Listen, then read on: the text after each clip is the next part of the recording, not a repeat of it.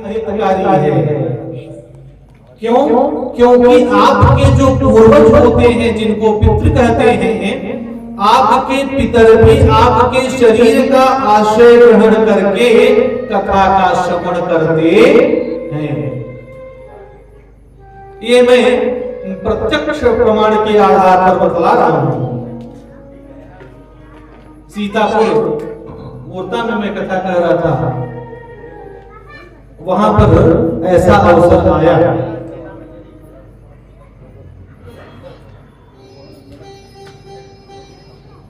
अरुण गुप्ता जी उनकी बुआ जो दिवंगत हो गई थी, वो आ करके और उनकी बहन से बोली कि थोड़ा हटो, हम भी बैठे हैं। अब वो हट गई। कथा सुनने के बाद बीच में गई पानी पीने के लिए अंदर, तब उनको ध्यान आया कि हम हटने का एक थे, वो तो ही नहीं।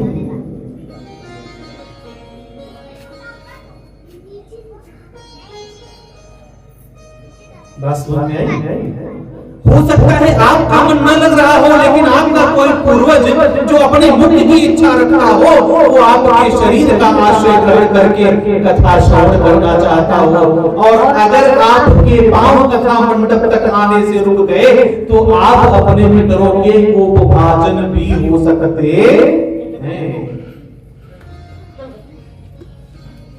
इसी प्रकार से जब हम तीर्थों में जाते हैं तो हमारे पितृ लोग जो होते हैं वो बड़े कॉन्शियस हो जाते हैं, वो सचेत हो जाते हैं कि अहो भाग्य हमारा कि हमारे कुल में उत्पन्न अमुक व्यक्ति जा रहा है भगवान की कथा का श्रवण करने या तीर्थ में स्नान करने के लिए। लेकिन जब हम तीर्थ में पहुंच करके कुकृत्य करते हैं तो वो हमें शापित करके चले जाते हैं।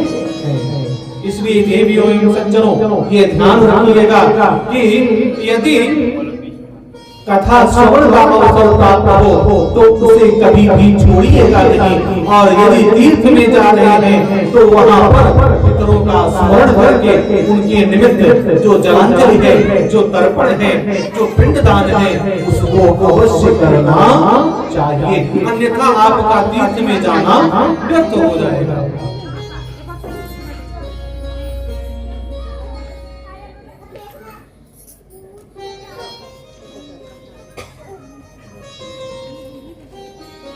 श्रीमद् भागवत का प्रयोजन क्या है? क्यों इस कथा का श्रवण करें? ये कथा कैसे हमारे लिए हितकारी है, कैसे हमारे जीवन को ये उन्नत बनाता है। आज की कथा में श्रीमद् भागवत के महात्म्य की चर्चा हम करेंगे। श्रीमद् भागवत कथा के महात्म्य का जो विषय है, यदि उसे अच्छे ढंग से श्रवण करें तो हमारे जीवन की प्रत्येक समस्या का समाधान हमें श्रीमद् भागवत के महात्म्य में दिखाई देगा। अब आप कहेंगे इसमें तो सिर्फ दो कथाएं, एक भक्ति महारानी की कथा और धुंधुकारी की कथा, तो प्रत्येक समस्या का समाधान इसमें कहाँ है? क्यों? क्योंकि हमें तो माल चाहिए, हमें तो बंगला चाहिए, हमें तो हमारा कोषागार और अन्नागार भरा हुआ चाहिए। भैया अगर आप इस कथा का श्रवण करेंगे तो फिर निश्चय ही आपके लिए वो सब चीजें भी सुलभ हो जाएंगे।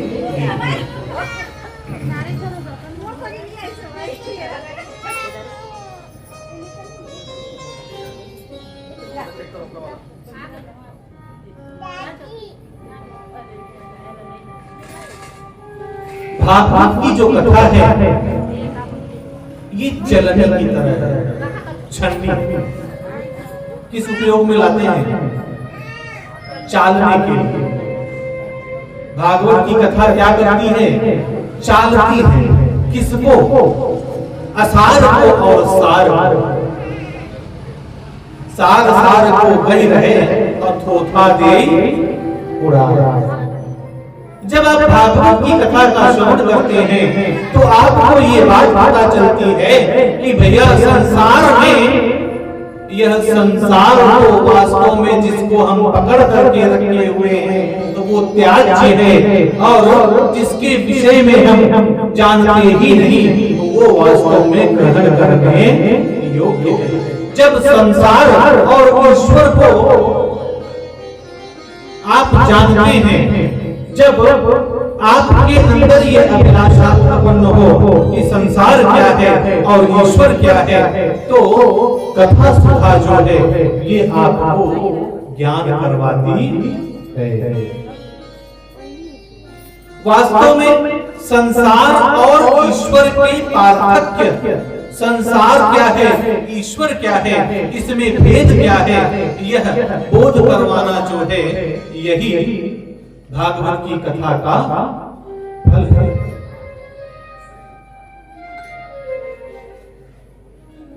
इसी अनुसंधान के लिए श्रीमद् भागवत की कथा का श्रवण करना आवश्यक होता है। संसार का भंजन हो और भक्ति का आगमन हो।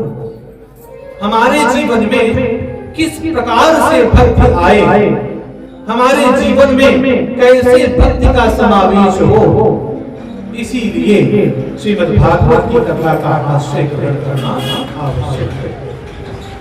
किस प्रकार से असार संसार को हम छोड़ सके, उसका परित्याग करके और ईश्वर रूपी जो सार तत्व है उसे ग्रहण कर सके, यही श्रीमद् भागवत की कथा का महात्म्य बतलाता है। और महात्म्य का श्रवण करने के बाद ही कथा में हमारी प्रवृत्ति होती है।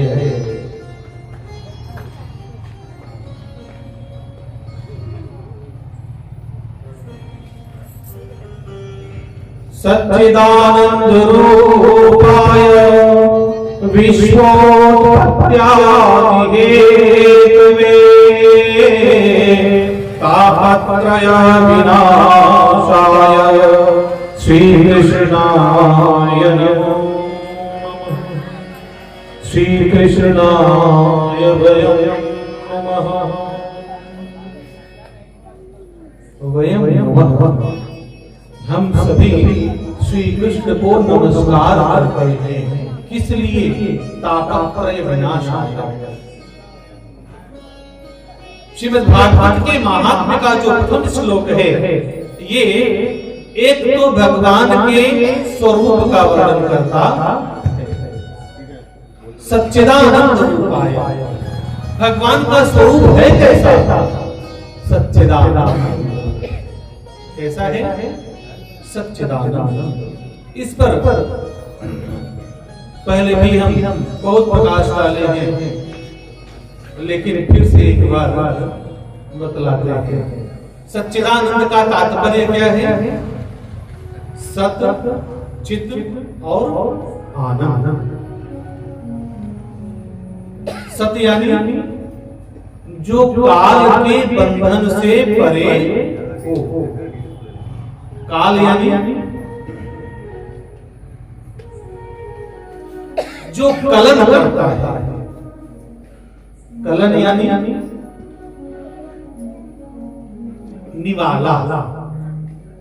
काल हमारे जीवन को निवाला बना करके प्रत्येक क्षण भक्षण करता जा रहा है और हम अपनी मस्ती में मस्त हैं। काल प्रत्येक क्षण हमारी तरफ बढ़ता चला आ रहा है और हमें इसका बोध नहीं है।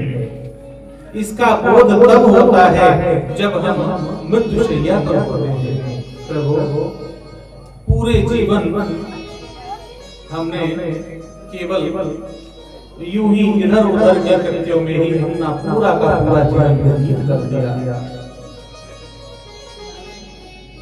अच्छा, कभी बुखार होता है तो आपको ये याद आता है कि प्रयागराज में गए थे तो वहां हमने दान किया था, काशी गए थे विश्वनाथ जी का दर्शन पर, याद नहीं आता? पता नहीं कौन सा पाप किए थे कि बुखार आ रहा था। बड़ा भयंकर होता है कि नहीं? ऐसा होता है ना, जब कोई पीड़ा होती है, जब जीवन में कोई कष्ट आता है, तो हम अपने पाप कर्म का स्मरण करते हैं। और भैया जब मृत्युशैया पर होते हैं ना, तब भी हमें हमारे पाप कर्म ही स्मरण आते हैं। और अंत्ययामति सा गति, ये शास्त्र का नियम है। अंत काल में जिसका हम चिंतन करते हैं, तो वैसे ही हमें प्राप्ति होती है। तो अगर पाप का चिंतन कर रहे हैं, तो क्या स्वर्ग जाएंगे क्या? तब तो नरक ही जाना है। तो जब सामान्य सा कष्ट आने पर हम अपने पाप का स्मरण करते हैं, तो मृत्यु आने पर भी हमने अपने जीवन में जो जो भूलें की हैं, जो जो गलतियां की हैं, तो वही स्मरण आते हैं। इससे बचने का तरीका क्या है? भूल करेंगे, यदि पाप कर्म ही नहीं करेंगे, तो फिर उसका स्मरण भी नहीं आएगा। इसीलिए जीवन पर्यंत ये नियम है कि भगवत नाम का स्मरण करना चाहिए। आजकल तो नियम बना लिए हैं कि रिटायरमेंट के बाद भगवान का स्मरण करना चालू करेंगे, उसके बाद भागवत की कथा सुनेंगे, उसके बाद नाम दीक्षा लेंगे।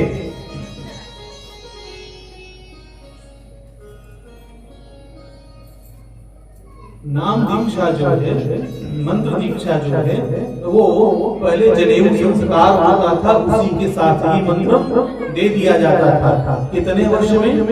5 वर्ष 8 वर्ष में। और आजकल क्या होता है? शादी विवाह में जनेऊ पहना देते हैं, दूल्हे को कब पहनाया, कब उतर गया पता भी नहीं चलता। लेकिन एडमिशन जो है वो बच्चे के, वो 3 साल का है, 2.5 साल का हुआ कि एडमिशन तो करवाना ही करवाना है। कहाँ?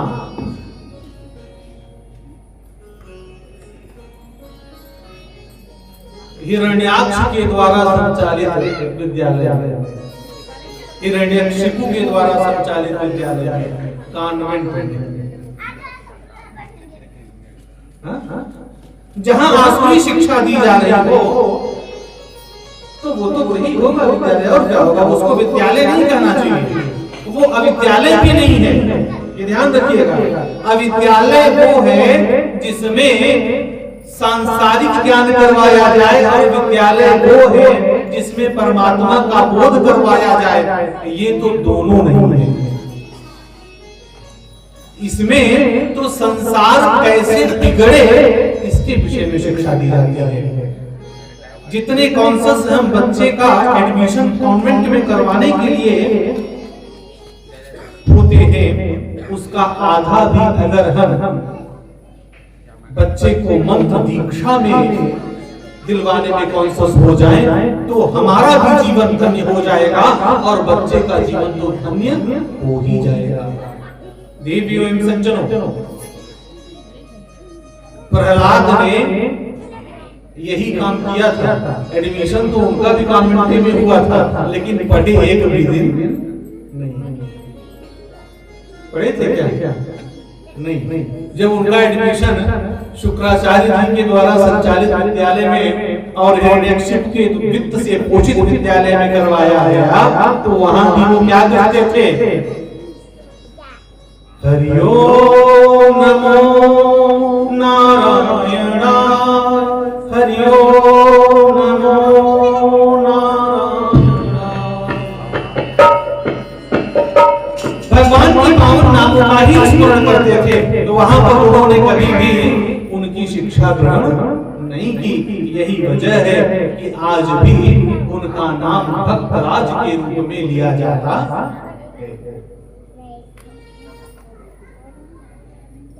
तो संसार और परमेश्वर के जो विभाग को बतलाए, वही कथा है।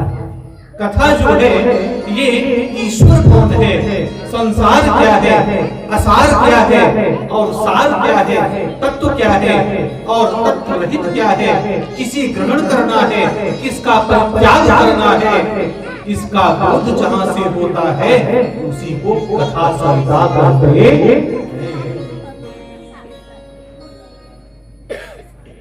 सत का तात्पर्य है जो त्रिकाला बाधित हो, जिसको काल अपना निवाला न बना सके, जो काल से ऊपर हो, जो कभी भी काल के अधीन न हो, उसको सत कहते हैं। और चित उसे कहते हैं जो चैतन्य है, और आनंद उसे कहते हैं जिसके लिए हम जन्म जन्मांतर में समस्त कार्यों के पीछे जो हमारा मूल उद्देश्य है, सुख आनंद, और कुछ है क्या? हम जो कुछ भी करते हैं वो सुख की इच्छा से, सुख की वांछा से करते हैं, और यदि सुख की अभिप्सा न हो तो हम एक कदम भी चलने को तैयार नहीं होते हैं। तो हम सुख क्यों चाहते हैं? क्योंकि आनंद घन परमात्मा से हमारी उत्पत्ति है, आनंद घन परमात्मा में ही हम रहना चाहते हैं, और फिर विगलित होकर के फिर अपने इस शरीर का परित्याग करके हम आनंद में ही निमग्न हो जाना चाहते हैं। इसीलिए परमात्मा क्या है? आनंद है। आनंद से हमारा उद्भव है, आनंद में स्थिरीकरण है, और आनंद में ही हमारा फिर से विलय होता है। लेकिन जबकि हम अपने शरीर का परित्याग करते हैं, कितने शरीर हैं? मूलतः 3 शरीर हैं। कारण शरीर, सूक्ष्म शरीर और स्थूल शरीर। मृत्यु ध्यान रखिएगा, मृत्यु कभी भी शरीर का अंत नहीं है, केवल स्थूल देह के अंत का नाम मृत्यु है। यानी उसके बाद भी आपके पास 2 शरीर या यूं कहें 3 शरीर विद्यमान रहते हैं। कौन कौन से? सूक्ष्म शरीर, शून्य शरीर और कारण शरीर। यानी ये शरीर फिर भी विद्यमान रहते हैं। यही कारण है कि शरीर, स्थूल शरीर त्याग करने के बाद भी जीवात्मा कभी प्रेत योनि में भटकती है, कभी इससे ऊर्ध्व गति को प्राप्त करके पितृलोक में जाती है, कभी उससे भी ऊपर जाकर के स्वर्ग लोक में जाती है, फिर महारचना तपा और सत्य लोकों में विचरण करती है, लेकिन मुक्ति प्राप्त नहीं होती है। जीवात्मा को यदि सच्चे प्रकार से आपको मुक्ति प्रदान करना है तो ये जितने इसके आवरण हैं, जितने शरीर हैं, उन समस्त शरीरों का विनाश करना आवश्यक है। कैसे होगा? स्थूल शरीर को हम लोग नदी में कूद करके, छत पर से कूद करके भी नष्ट कर सकते हैं, लेकिन सूक्ष्म शरीर नहीं। शून्य शरीर नहीं, कारण शरीर नहीं। कारण शरीर की उत्पत्ति है अविद्या, अज्ञान। जिस दिन आपकी जीवात्मा को, आपकी चेतना को एक आवरण जिसको अज्ञान कहा जाता है वो उसे घेर लेता है, उसी दिन आपका कारण शरीर निर्मित हो जाता है। वही कारण शरीर फिर सूक्ष्म शरीर जब वो अंतःकरण और बाह्य करणों से युक्त होता है, यानी उसमें पंच ज्ञानेंद्रियां, पंच कर्मेंद्रियां, मन, बुद्धि, अहंकार इत्यादि के आवरण उसको घेर लेते हैं, तो वो सूक्ष्म शरीर से युक्त हो जाता है। और फिर जब वो स्थूल शरीर से युक्त होता है और कारण शरीर, सूक्ष्म शरीर जब गर्भ में जाता है तो वो स्थूल शरीर से युक्त होकर के प्रकट होता है। यही आपकी पूरी कहानी है। ये स्थूल शरीर जो हमें प्राप्त होता है तो वो कारण शरीर, शून्य शरीर और सूक्ष्म शरीर के गर्भकरण के कारण जब माता के गर्भ में सूक्ष्म शरीर अनिष्ट होता है तब जाकर के, यानी यदि मुक्ति चाहिए, मोक्ष चाहिए, आनंद घन परमात्मा का आश्रय चाहिए, तो आपको अज्ञान रूपी शरीर का भी नाश करना होगा। सच्चिदानंद रूपाय विश्वोत्पत्त्यादि हेतवे तापत्रय विनाशाय श्री कृष्णाय वयं नमः। नमस्कार किसको कहते हैं? एक संहिता है अहिर्बुद्धि संहिता। अहिर्बुद्धि संहिता में नमस्कार की परिभाषा दी हुई है। क्या परिभाषा है? न मे इति नमः, न मे इति नमः, अर्थात ये मेरा नहीं है। जिस दिन हमारे भीतर ये बोध उत्पन्न हो जाए कि ये संसार जो है ये मेरा नहीं है, जिस दिन हमारे भीतर से अहंता और ममता मिट जाए, उस दिन आप ये समझिएगा कि आपको नमस्कार करना आ गया। उसके पहले नहीं आया है नमस्कार करना। अहिर्बुद्धि संहिता में उल्लेख है कि न मे इति नमः। जब आपके भीतर ये चेतना आ जाए, आपके भीतर में ये बोध हो जाए कि ये संसार मेरा नहीं है, मैं संसार का नहीं हूँ, जब अहंता और ममता का परित्याग हो जाए, तब आप नमस्कार करने की कला से युक्त होते हैं और फिर आप ये समझ पाते हैं कि नमस्कार क्या है। अहंता और ममता के परित्याग के बिना नमस्कार के महात्म्य को समझना असंभव है। इस मंगल श्लोक में एक और दिव्य बात कही गई, तापत्रय विनाशाय। ताप क्या है? दुख। ताप क्या है? दुख। 3 प्रकार के दुख होते हैं, आध्यात्मिक, आधिदैविक और आदि भौतिक। दैहिक, दैविक, भौतिक, तापा, ये 3 प्रकार के ताप हैं।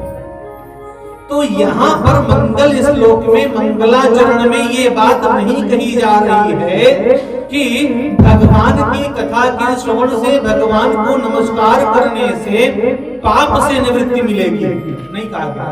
कहा गया क्या? पापत्रय विनाशाय नहीं कहा गया, तापत्रय विनाशाय। भैया, जो ताप होता है, संताप होता है, ये ताप कैसे उत्पन्न होता है? पाप से। हो सकता है कि पाप से मुक्ति मिल जाए, लेकिन ताप से नहीं। हम किसी ऐसी स्टेटस में हो जाएं, किसी ऐसी स्थिति में हो जाएं कि हमारे पाप तो निवृत्त हो जाए, पाप बचे ही न, लेकिन फिर भी सुखानुभूति से हम वंचित हो जाएं। इसलिए यहाँ पर क्या कह रहे हैं? तापत्रय विनाशाय। पाप का परिणाम है ताप, और अगर ताप से वियुक्त हो गए, ताप से मुक्त हो गए, दुख से मुक्त हो गए, तो पाप भरा न रहे, क्या फर्क पड़ता है? कोई दिक्कत होगा क्या? अगर दुख नहीं है और पाप भरा हुआ है तो क्या फर्क पड़ता है?